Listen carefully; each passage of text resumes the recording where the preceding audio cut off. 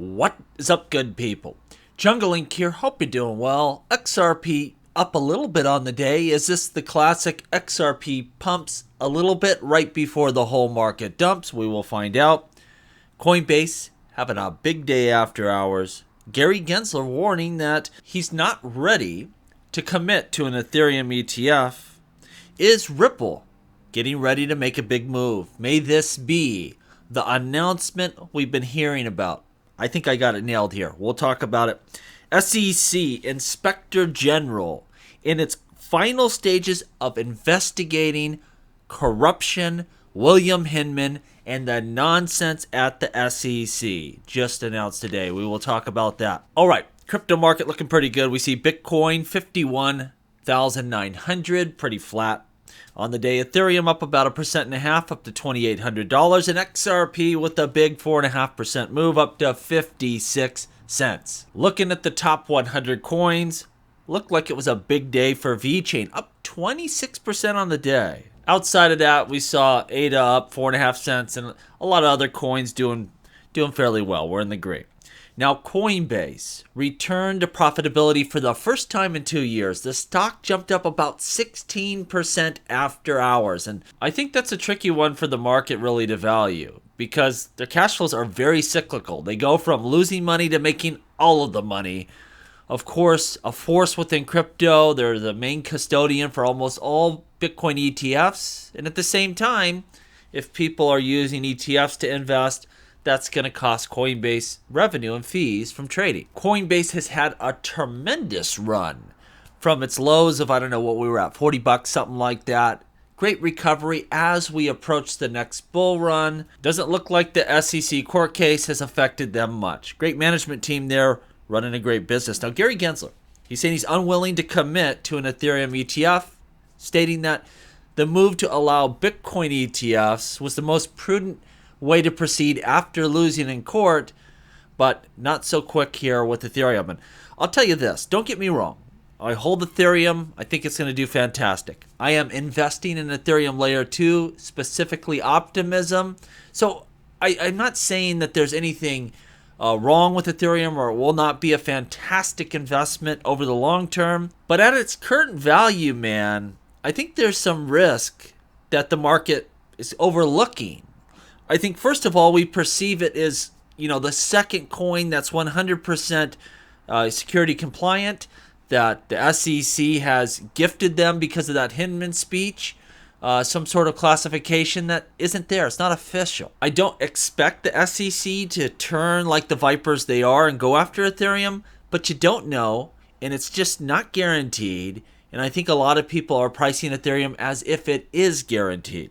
Second of all, and I think probably the most problematic, is it has the most competition. No one's trying to really build the next Bitcoin. No one's competing there. No one's trying to build the next XRP competitor for the most part. And as a long-term XRP investor, I get it. It might not be the place I would build either. But everyone, and I mean everyone of note, is trying to build a competitive smart contract blockchain. And there are some great blockchains out there, highly capable. I don't know how this plays out, but if something is going to get overtaken within its sector, when you look at the holy trinity of crypto, Bitcoin, Ethereum, XRP, if one of those three is going to get run down, I still say it's Ethereum. It's the most likely to get overtaken by a competitor because it has the most competition. It's in the most dangerous spot. Will Ethereum take the lead wire to wire, from inception as the first smart contract blockchain perpetually into the future?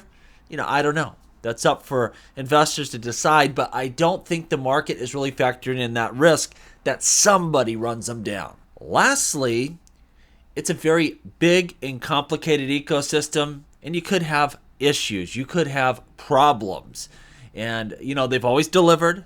All these updates have been spot on. They're doing a great job with Ethereum. But that doesn't mean they can't have issues going forward. Just remember that. I think there's some risks here that people take for granted just because Ethereum has been so strong and so solid for so long. But at these valuations, I honestly would rather go Bitcoin than more Ethereum. All right, we keep hearing about this big announcement from Ripple. It's coming any day, and it's been nothing. It's been crickets but I think I know what it is.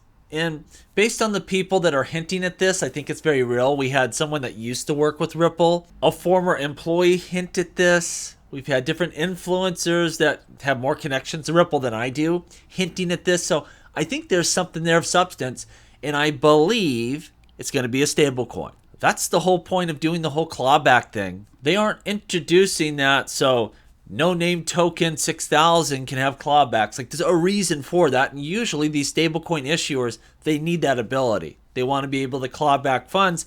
I think that's where they're going, and I think that's going to be the next announcement. And to me, that's going to be huge for XRP. First of all, I think it will boost, on-chain liquidity, but they have to do it right, and they have to ensure that that stablecoin has liquidity on various exchanges. Because it's true, a lot of people retort, we already have a stablecoin. Yeah, you have GateHub IOUs, but I got to use GateHub. That's not that convenient. I don't use GateHub. I don't want to use GateHub. But if you had, which I don't know if it's going to be one of the big ones, but if you had Tether or if you had Circle, USDC, you probably could get a lot of these exchanges to incorporate that stablecoin on their platform. Now, even if it's not one of the big two, if it's a serious contender, they build it out, well, hey, it might be able to jump up and compete and still get liquidity on exchanges, but it has to be a significant stable coin, either one that they're going to build out with a partner or one of the existing players in this space. And so not only will it be great for on-chain activities, and I think boost liquidity for XRP on-chain, but I think it will quickly become one of the best ways to use stablecoins. Look at Tron right now. Just really quite valuable, and that's because in a lot of areas of the world, they are using Tron to hold their value and transact in stablecoins. And, if I had the choice between Tron and the XRP ledger, I'm going XRP ledger all day long. A lot of times when I'm moving money around, I got to switch to either XRP, XLM, one of these other, low-cost coins to transfer, do the transfer, and then trade to my stablecoin to do my transactions. I don't want to send a payment on Ethereum, with, Circle or Tether or one of these things. So if we have a well-supported coin, a well-supported stable coin on the XRP ledger, I think it'll be world-class, and it will just boost the infrastructure to a whole nother level. I've been racking my brain trying to figure out what is this announcement going to be, and I think that's going to be it. Let me know what you think down below, because at this point, I can't really think of anything else. Now, the big news of the day. It was announced by Empower that the SEC Inspector General is in the final stages of its investigation on crypto conflicts related to Bill Hinman. And the question is, will they do anything to police their own? If you or I do something wrong, they're going to be knocking on our door, right? Are they going to go after William Hinman, and will that tie back to Clayton? They'll probably try to make sure that it doesn't. But I think we got a chance here. And the only reason is Hinman is really a pest. You keep hearing it in court. Of course, the Ripple case centered around Hinman, but we've heard it in other crypto court cases. He's really a problem for them that they don't have an answer for. And so they may try to throw him under the bus and say, hey, you can't go by this guidance because it wasn't legal. He was acting in his own interest. I could see them looking for a scapegoat and trying to paint all of this as Hinman's problem to get out of this question that they keep having to answer. Well, if Ethereum is compliant, why is not XRP, or why is not Cardano, or any other number of networks? That might be a way for them out of this. It'll be a bad look, but it's a bad look anyway because everyone keeps digging into this, seeing how ridiculous that whole setup is, seeing how ridiculous the fact that he gave that speech and cleared by himself Ethereum, giving it a massive, leg up on everything else. You should give a speech saying Ethereum is not a security, but not only Ethereum, and that's the problem. They can't even get up today in 2024 and tell you why one coin might be compliant and another is not. They literally have no tests, they have no guidance, they have no clear framework here. How the hell was Hinman able to, so concisely say, we don't see ETH as a security in its current form all the way back then? There just may not be any great way out here, and hopefully they, go after him. Only time will tell, though. Again, usually they're going to want to protect themselves. Thus is the racket and criminal enterprise the SEC really and truly is. Federal Reserve is expanding its stress testing after last year's failure of SBF. And, they might not have to test for failure. It may just happen. The Fed looking to keep those rates up longer and higher. And I think there's a lot within the banking sector that's in awful trouble. I keep hearing people say, well, if they hold that, those bonds to maturity, no problems, no issues. Well, any debt that causes someone to go under, if they could hold it to maturity, there's not a problem. Banks don't just sit on these and clip coupons to eternity. They're always flipping them off, selling them, raising cash flow. And all their assets have been knocked down to next to worthless because we were at a zero rate for so long and they brought the rates up so quick, just unbelievably fast. A lot of people are much worse off than they're admitting. U.S. Treasury calling for additional tools to crack down on crypto. And this is what I would say. We know right now most of your illicit activity, your money laundering, all of that, it happens with U.S. dollars. At the same time, we can't ignore this space. Crypto, as it becomes more useful and adopted, of course, people are going to use it for bad purposes. We need to pay attention to this space. We need to have regulations and oversight and tools to make sure we are preventing the misuse of crypto by bad actors.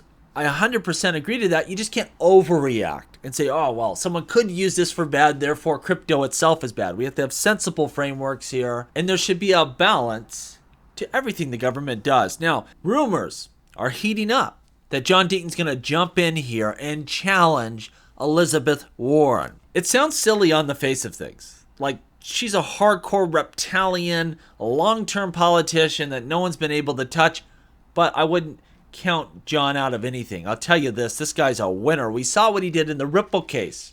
Not a crypto expert, not a securities attorney, and he jumped to prominence in this space, one of the best minds now and seasoned legal minds in this crypto space, made a difference there, a huge difference for XRP holders. So could he jump up in here and make a difference? He might already be making a difference. Today, Elizabeth Warren honors Satoshi Nakamoto. And I think this is the deal. They're going to try to kind of pivot and say, hey, we're not anti-crypto. Who did she give this honorary award to? Well, the one person in crypto that ain't going to claim it publicly, that really can't do anything with this award. Like if she said Brad Garlinghouse is awarded this, well, that would be giving Ripple good press, right? So this was like the safest thing, like give the unknown entity an award and they can't do anything with that. We're not giving anyone any power. I guarantee you this is what's going through her mind there. This ain't going to work. John Deaton's going to be all over her with this stuff. And he just has to have a little bit of success, not a lot.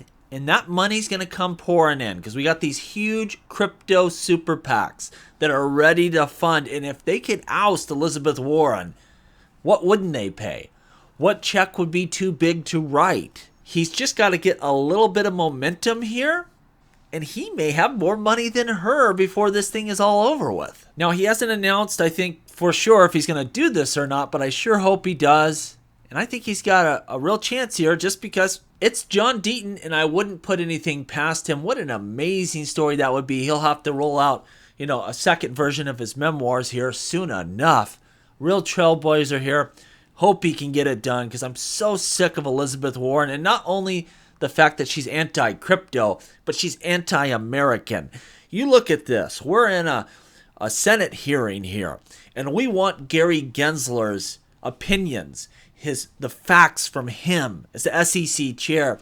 She's not only writing his questions, but his answers. We're not there to get Elizabeth Warren's answers, but unfortunately, they are one and the same. That is so corrupt, and that is only one thing we know of her. I can't wait to get rid of Gary Gensler and his puppet master, Elizabeth Warren. Enough with the both of them. And maybe John Deaton is just the guy to do it. Let me know what you think down below. As always, please like, please subscribe. The revolution will be televised right here on Jungle Link.